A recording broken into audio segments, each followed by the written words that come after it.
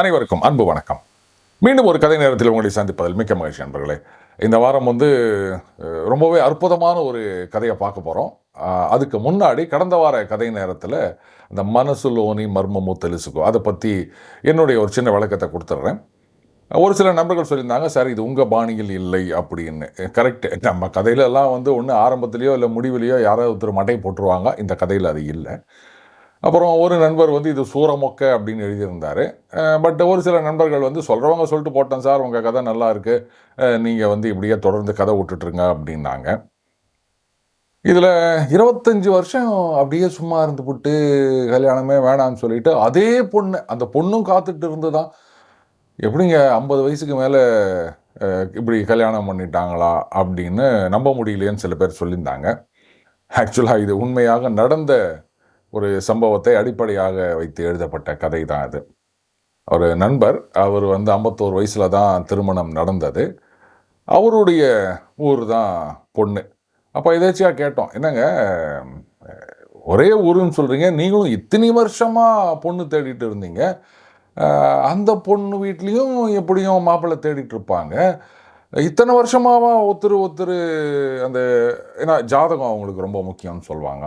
அந்த ஜாதகமோ இல்லை மற்ற விஷயங்களோ தரகர் மூலமாகவோ தெரியாமையாக இருந்தது அப்படின்னப்போ தான் அந்த நண்பர் சொன்னார், இல்லை இதே மாதிரி தான் 25 வருஷத்துக்கு முன்னாடியே நண்பருடைய 26 வயசில் அந்த பெண்ணுடைய ஜாதகம் வந்திருக்கு. இவங்க யாரோ பார்த்துட்டு ஜாதகம் பொருந்தலை அப்படின்னு சொல்லியிருக்காங்க.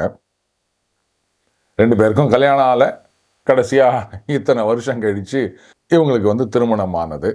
இதுதான் நான் சொல்லுவேன், கடவுள் யாருக்கு யார் அப்படின்றத முடிச்சு போட்டு வச்சுட்டார். அதை யாராலையும் மாற்ற முடியாது. இங்கே யாரோ ஒருத்தர் ஜாதகம் சரியில்லை அப்படின்னு சொன்னதுனால கடவுள் போட்ட முடிச்சு மாறிடுமா? எத்தனை வருஷம் ஆனாலும் சரி, நீங்கள் 2 பேர் தான் கல்யாணம் பண்ணிக்கணும் அப்படின்னு எழுதி இருக்கு. அதை யாராலையும் மாற்ற முடியல. என்ன அன்றைக்கே இந்த ஜாதகம் இப்படி சொல்கிறாங்களே என்ன ஏது அப்படின்லாம் மனசு வருத்தப்படாமல் அவங்க ஒருத்தர் பிடிச்சிருந்ததுன்னா கல்யாணம் செஞ்சுருந்தாங்க அப்படின்னு சொன்னால் 25 வருஷம் திருமண வாழ்க்கையை கொண்டாடி இருந்திருக்கலாம். அதை விட்டுட்டு இத்தனை வருஷம் கழிச்சு இப்போது திருமணம் செய்து கொள்ள வேண்டிய ஒரு கட்டாயம். அதுதான் ரைட்.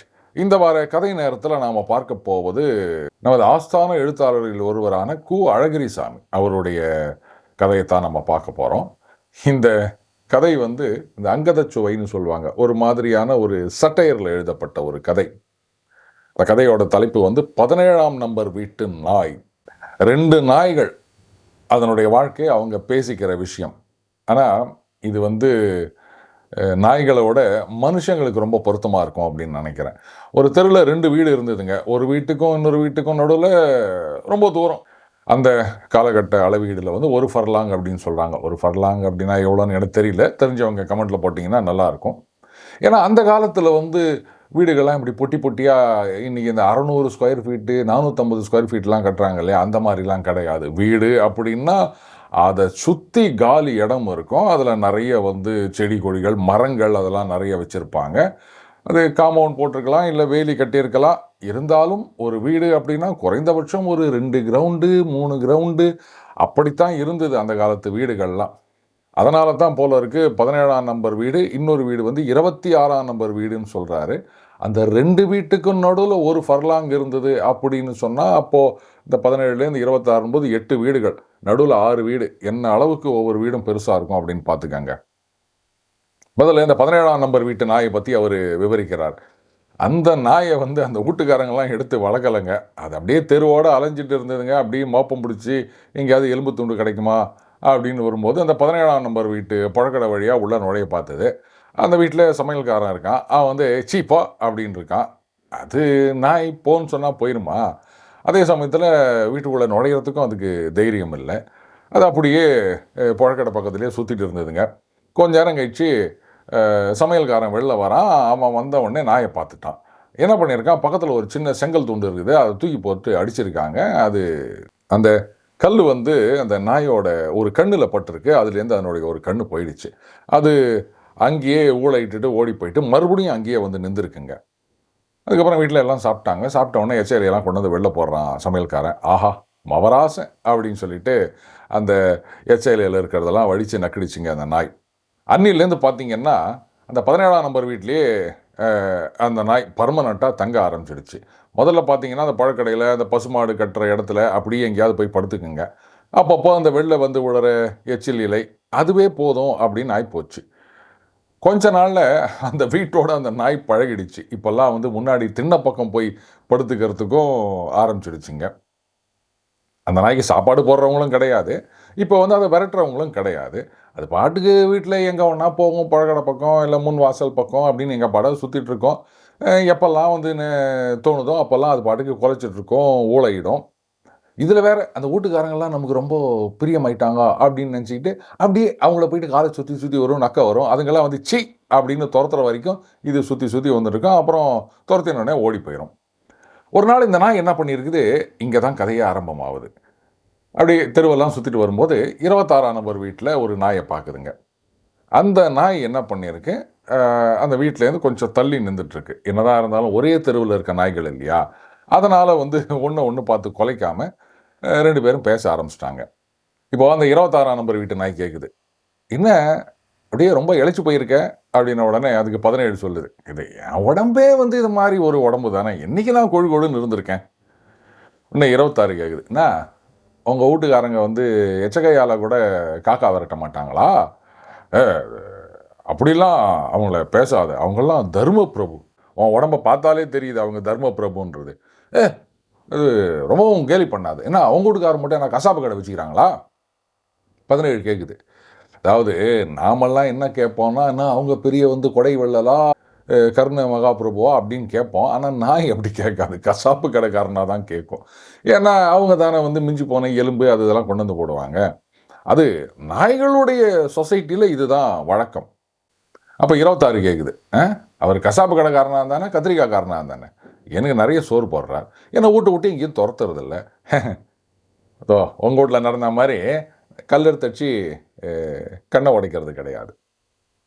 நானும் வந்து அவங்க என் மேல ரொம்ப பிரியமா இருக்கணும் அப்படின்றதுக்காக அவங்க மேல போய் உரசுறது, அவங்கள போய் நக்கறது அப்படிலாம் ஒண்ணுமே பண்ண மாட்டேன். சாப்பாடு போடுவாங்க, போட்ட உடனே அப்படியே சாப்பிட்டுட்டு நான் பாட்டுக்கு கூண்டுக்குள்ள போய் படுத்துப்பேன். உடனே 17 ஆச்சரியமா கேட்குது. "என்னது? கூண்டுக்குள்ள போய் படுத்துக்கிறியா?" "ஆமா. என்ன கூண்டுக்குள்ள போய் படுத்துக்கிறது என்ன கேவலமா போச்சா அவனுக்கு? எப்படி இந்த முற்றத்துல இல்ல வந்து பழக்கடையில இங்க படுத்தா தான் ரொம்ப வசதியா?" 17 சிரிக்குது. "பைத்தியக்காரா! நீ பிறவிலேயே வந்து அடிமைடா. அவங்க உனக்கு சாப்பாடு போட்டு உங்க வளர்த்து என்ன பிரயோஜனம்? உன் சுதந்திரத்த புடிங்கினாங்களே." 17 வந்து அப்படியே நக்கல் பண்ணுது. இப்போ 26 கோவம் வந்துருச்சு. "என்னது? என் சுதந்திரத்த புடிங்கினாங்களா? இன்னும் பார்த்தது மாரி பேசுற நீ?" பார்க்காமலா சொல்றேன்? இப்போ நீ உன் இஷ்டப்படி உன் வூட்டுக்குள்ள எங்க வேணா நின்னு கொலைக்க முடியுமா? ஊள விட முடியுமா? இத பார், இஷ்டத்துக்கு கொலைக்கிறதுக்கும், ஊளையிறதுக்கும் எனக்கு என்ன வெறி பிடிச்சிருக்கா? வீட்டுக்குள்ள யாராவது வெளியாளுங்க வந்தா கொலைப்பேன். இல்ல எனக்கு ஏதாவது ஆபத்துன்னா கொலைப்பேன். போய் கடிக்கவும் செய்வேன். பாரு வீணா கொலைச்சிட்டு இருந்தேன் அப்படின்னா சவுக்கால தான் அடிப்பாங்க. அதான் நான் கேட்டேன். நான் என் வீட்ல நெனைச்ச நேரத்துல கொலைப்பேன். நெனைச்ச இடத்துல ஊளையிடுவேன். நெனைச்ச இடத்துல 1, 2 எல்லாம் போவேன்.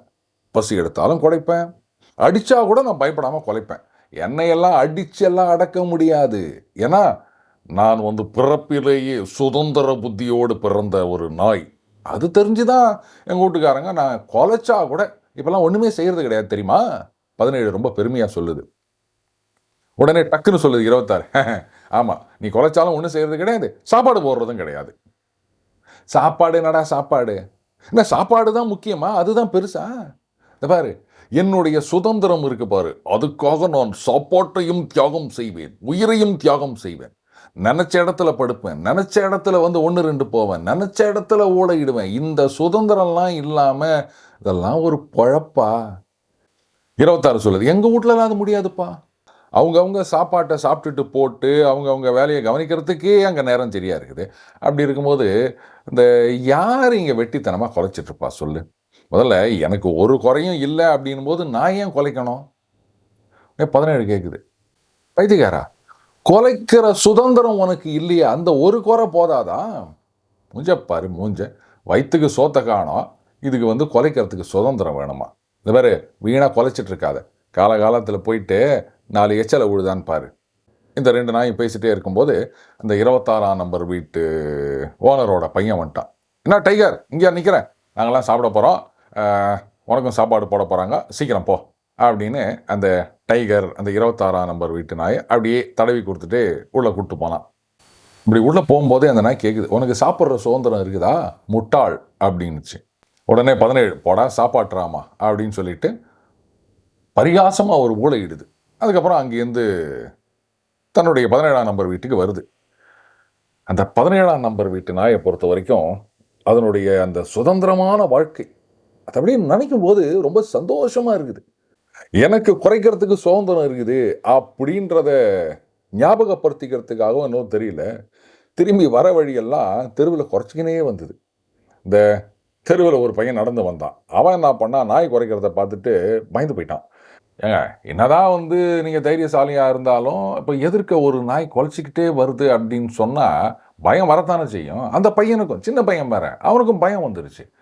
இப்போ அவன் என்ன நினச்சிட்டான், நாய் குலைச்சிட்டே வரதை பார்த்த உடனே ஆஹா நம்மளை கடிக்கத்தான் வருது போலகுது, இது நம்ம எல்லாரும் அப்படி தானே நினைப்போம். உடனே என்ன பண்ண, அக்கம் பக்கத்தில் பார்த்தா ஒரு கல் இருந்தது, அப்படியே எடுத்து விட்டான் அந்த நாய் மேலே. அந்த நாய் மேலே பட்டுதா இல்லையான்னா கூட பார்க்கல, அந்த பக்கம் திரும்பி ஓடி போயிட்டான். ஆனால் பாருங்கள், இந்த கல் எடுத்து அடித்ததுனால நாய்க்கு மிச்சம் இருக்க ஒரு கண்ணு போல, ஆனால் ஒரு கால் தான் கொஞ்சம் உடஞ்சி போயிடுச்சுங்க. அது சுத்தமுத்தும் பார்க்குது, அந்த பையனை காணோம். அந்த பையனை காணோம் அப்படின்றதுனால இன்னும் பயங்கரமாக குறைச்சிக்கிட்டே 17ஆம் நம்பர் வீட்டுக்குள்ளே அந்த நாய் போயிடுச்சுங்க. நண்பர்களே, இந்த கதை சொல்லும் கருத்து ரொம்பவே அற்புதமான விஷயங்களாக இருக்குது அப்படின்னு நினைக்கிறேன். ஸோ இதை பற்றின உங்களுடைய கருத்துக்கள், சுதந்திரம் முக்கியமா இல்லை சோறு முக்கியமா? இப்போ அந்த சுதந்திரம் அப்படின்றது கண்ட நேரத்தில் குலைக்கிறதுக்கு, கண்ட இடத்துல ஓலையிடுறதுக்கு, இந்த கண்ட இடத்துல 1-2 போகிறதுக்கு, இதுக்கெல்லாம் பேர் சுதந்திரமா? இந்த சுதந்திரத்துக்காக எதை நாம் பறிகொடுக்கின்றோம்?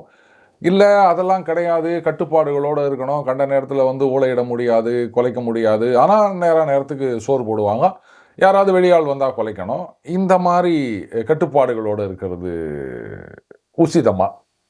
எனக்கு தெரியல, நீங்கள் தான் சொல்லணும். மீண்டும் அடுத்த பதில் சந்திப்போம். வணக்கம்.